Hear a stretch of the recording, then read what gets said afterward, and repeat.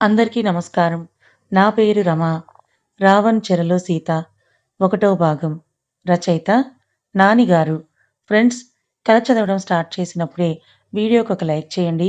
Hype కనిపిస్తే press చేయండి. హైదరాబాద్‌కి చాలా దూరంగా విశాలమైన స్థలంలో జరుగుతోందొక వివాహం. అందమైన పచ్చని పొలాలు, కొబ్బరి చెట్లు చుట్టూతా ఉండడంతో అందరికీ పల్లెటూరు గాలి యొక్క హాయి అనుభూతి తెలుస్తోంది. అక్కడి వాతావరణం, బందోబస్తు చూస్తుంటే చూసిన ఎవరికైనా ఇట్టే అర్థమైపోతుంది వాళ్ళు చాలా ధనవంతులని. ఆ వివాహానికి అటెండ్ అవ్వడం కోసం కాసేపట్లో రాష్ట్ర ముఖ్యమంత్రి సిహెచ్ వరదరాజులు గారు వస్తుండడంతో చుట్టుపక్కల 10 కిలోమీటర్ల వరకు కూడా పోలీసులు బందోబస్తుగా నిలబడి ఉన్నారు.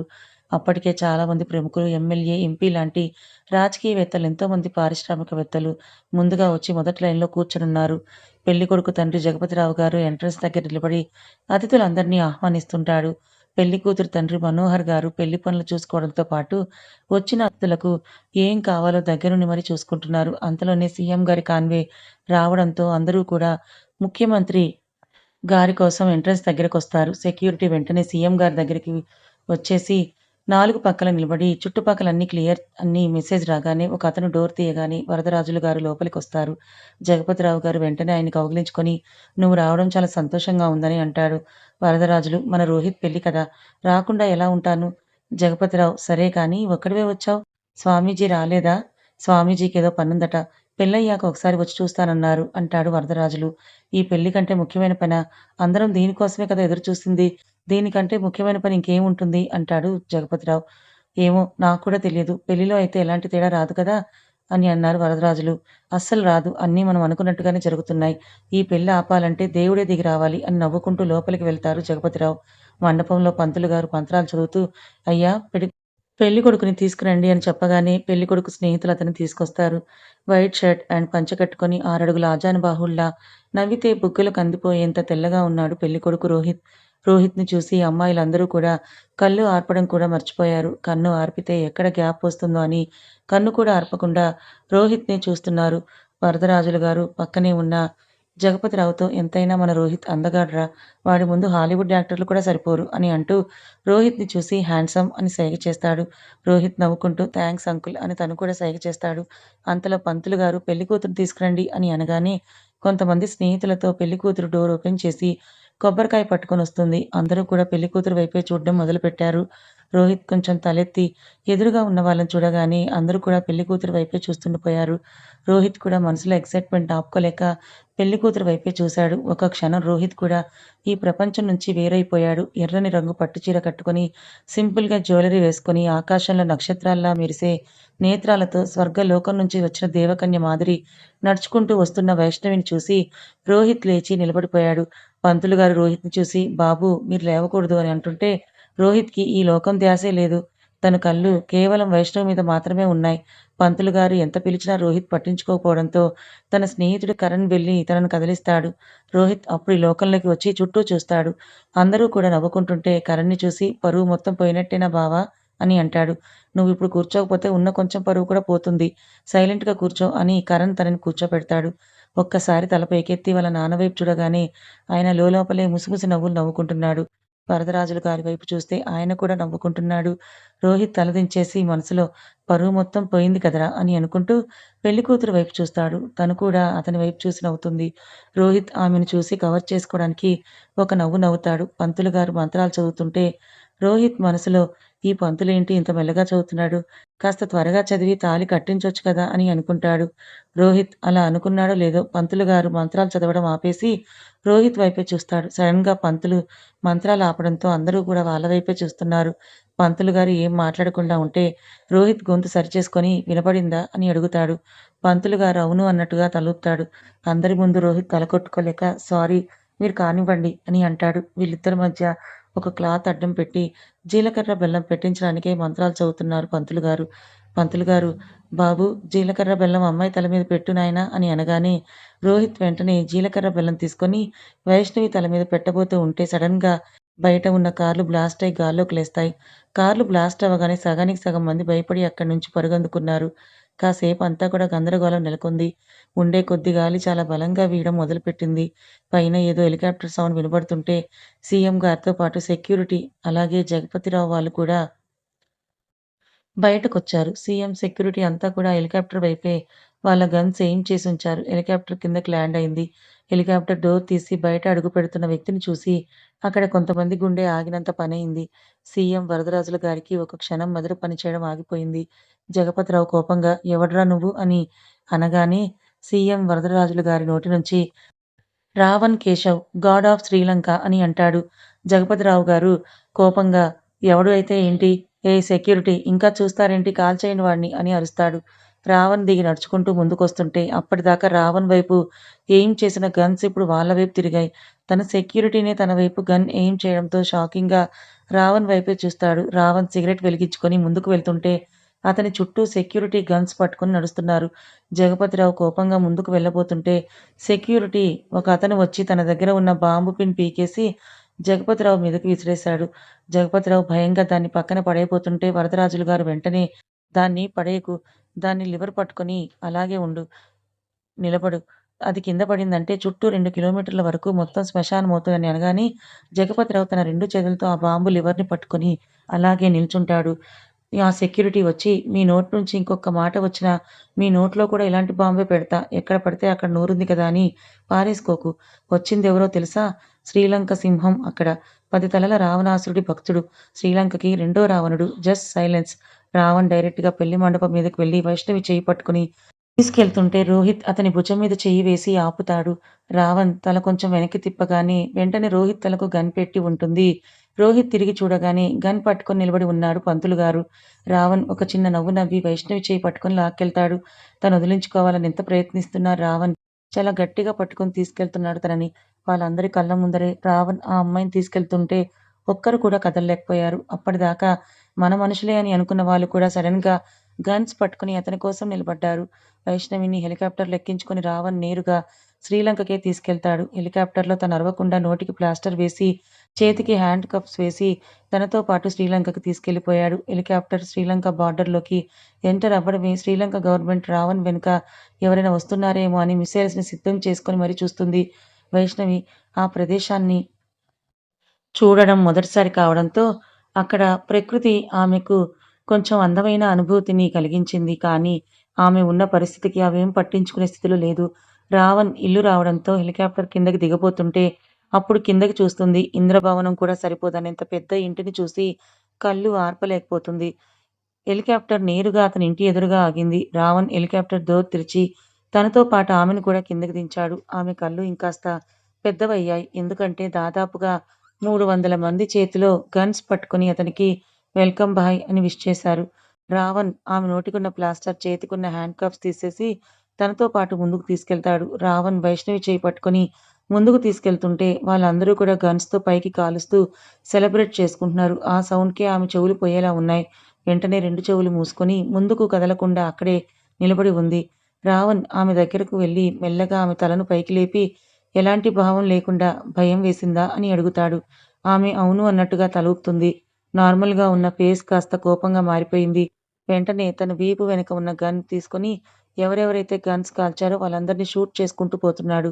రక్తం చూస్తేనే భయపడే వైష్ణవి ఇప్పుడు ఏకంగా తన ముందే అంతమందిని ఏ కారణం లేకుండా షూట్ చేస్తుంటే తనింక భయపడుతూ రావణ్ చేతులు పట్టుకొని "ప్లీజ్ ఆపండి" అని కళ్ళనీళ్లతో అడుగుతుంది.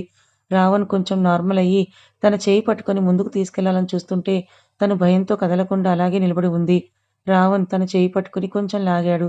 ముందుకు కదులుతుందేమో అని. కానీ ఆమెకు అతన్ని చూస్తుంటేనే భయం టన్నుల్లో పుట్టుకొస్తుంది. కదలకుండా భయంతో అలాగే నిలబడి ఉంది. రావణ్ ఊపిరి కొంచెం గట్టిగా పీల్చుకొని "రావా" అని అడిగాడు. అతనే అనుకుంటే అతని గొంతు ఆమెకు ఇంకాస్త భయాన్ని పెంచుతోంది. తను భయపడుతూనే "నేను రాను" అన్నట్లుగా తలని అడ్డంగా ఊపింది వైష్ణవి. రావణ్ మెల్లగా ఓకే అని చెప్పి మరొకసారి గన్ తీసుకొని మిగిలిన వాళ్ళని కూడా షూట్ చేయడం మొదలుపెట్టాడు. వైష్ణవి భయంతో "ప్లీజ్ ఆపండి" అని అంటున్నా కూడా రావణ్ వినకుండా కనపడిన వాళ్ళని షూట్ చేసుకుంటూ పోతున్నాడు.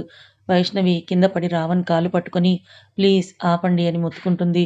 రావణ్ ఆపేసి గన్ నుండి వస్తున్న పొగని స్టైల్‌గా ఉఫ్ అని ఊది తన కాళ్ళ దగ్గర ఉన్న వైష్ణవిని ఒక చేత్తో ఫోర్స్‌గా పైకి లేపి ఆమె కళ్ళల్లోకే కోపంగా చూస్తూ "ఇది నీ బాబిల్లు కాదు. నీ ఇష్టం వచ్చినట్లు ఉండడానికి ఈ రావణ్ ఇల్లు. ఇక్కడ అంతా నేను చెప్పినట్టే జరగాలి. లేదంటే నీ నోటి నుంచి వచ్చే ఒక్కో మాటకు ఒక్కో మనిషిని చంపి నీ పెళ్ళికి వచ్చిన అందరినీ శవాలుగా మార్చి నీ ఎదురుగానే కుప్పలు పోసినట్టుగా పోస్తాను ఒక్కొక్కరిని.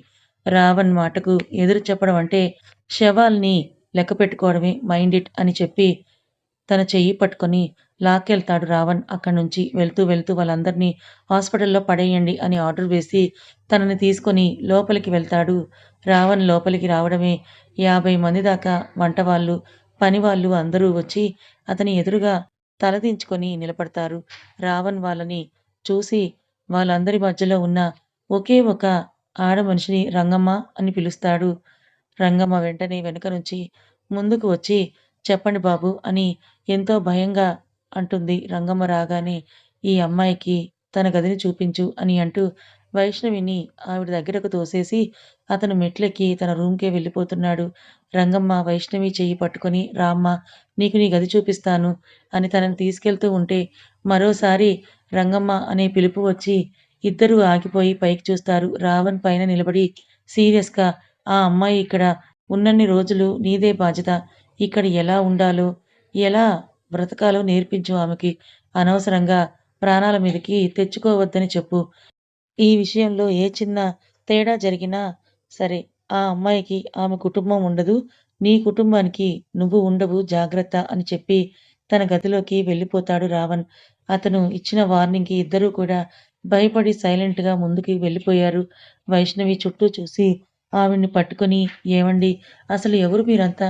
కాసేపట్లో పెళ్లి చేసుకోబోయే నన్ను ఎందుకు ఇక్కడికి తీసుకొని వచ్చారు? అని ఇంకా అడగబోతూ ఉంటే రంగమ్మ వెంటనే ఆమె నోరు మూసేసి, "ఇక్కడ ఏమీ మాట్లాడకు. నీ గదిలోకి వెళ్ళాక ఏదైనా మాట్లాడు" అని చిన్నగా చెప్పి తనను ఆమె గదికి తీసుకెళ్తుంది. రంగమ్మ రూమ్ దగ్గరికి తీసుకెళ్ళి డోర్ తీసి ఆమెతో పాటు ఆవిడ కూడా లోపలికి వెళ్ళి ఎవరూ చూడకుండా వెంటనే డోర్‌ని లాక్ చేసేస్తుంది. లోపలికి వెళ్ళాక వైష్ణవి తన మనసులోని బాధ అంతా కూడా బయట పెడుతుందనుకుంటే, ఏం మాట్లాడకుండా సైలెంట్‌గా ఉండేసరికి రంగమ్మ కూడా గదిని చూస్తుంది.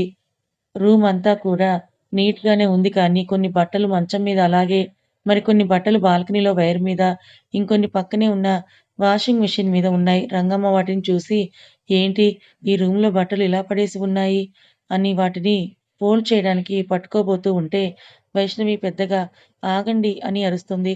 తన నుంచి అలాంటి అరుపు ఊహించని రంగమ్మ మంచం మీద పడుతుంది. వైష్ణవి ఆ గది అంతా కూడా ఏదో అద్భుతాన్ని చూస్తున్నట్టుగా చూస్తుంది. రంగమ్మ లేచి "ఏమైందమ్మాయి? ఎందుకలా అరిచావు?" అని అంటూ అడుగుతుంది. వైష్ణవి ఆ గది మొత్తాన్ని చూస్తూ "ఇది నా రూమ్" అని అంటుంది.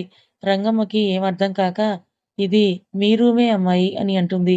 వైష్ణవి ఆవేశంగా "ఇది నా రూమ్ అంటే సేమ్ మా ఇంట్లో నా రూమ్‌ని నేను లాస్ట్ టైమ్ చూసినప్పుడు ఎలా ఉందో ఇప్పుడు ఇక్కడ కూడా సేమ్ టు సేమ్ అలాగే ఉంది." రంగమ్మకి అప్పుడు అర్థమవుతుంది వైష్ణవి ఏం మాట్లాడకుండా సైలెంట్‌గా ఎందుకు ఉందా అని. రంగమ్మ "కానీ అదెలా సాధ్యం అమ్మాయి?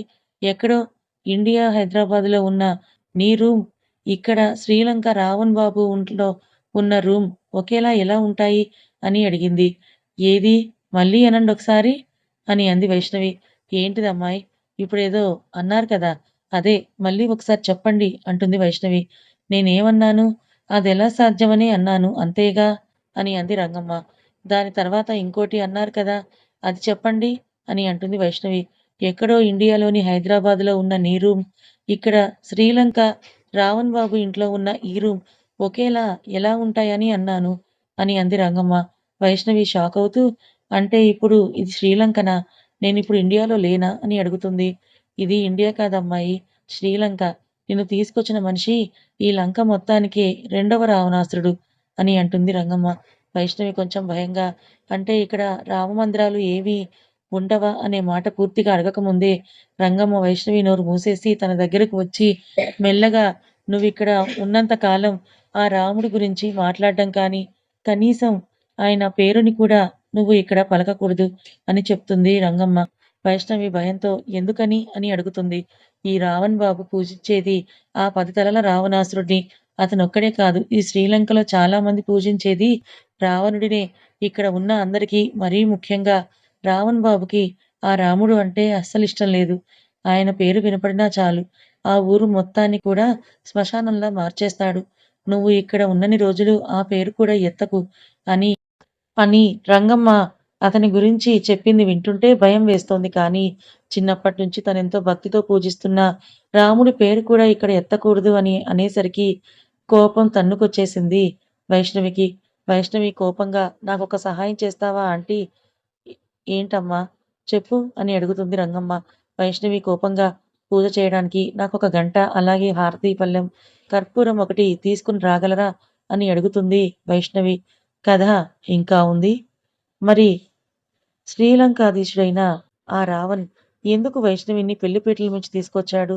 వైష్ణవితో తనకేంటి అవసరం? ఎక్కడో హైదరాబాదులో ఉన్న వైష్ణవికి, శ్రీలంకలో ఉన్న ఈ రావణ్‌కి ఏంటి సంబంధం? మరి వైష్ణవికి రావణ్ ఏం చేయబోతున్నాడు? వైష్ణవికి కాబోయే భర్త ఎవరు? రావణా? రోహితా? మీరెవరనుకుంటున్నారో గెస్ చేసి కామెంట్ చేయండి.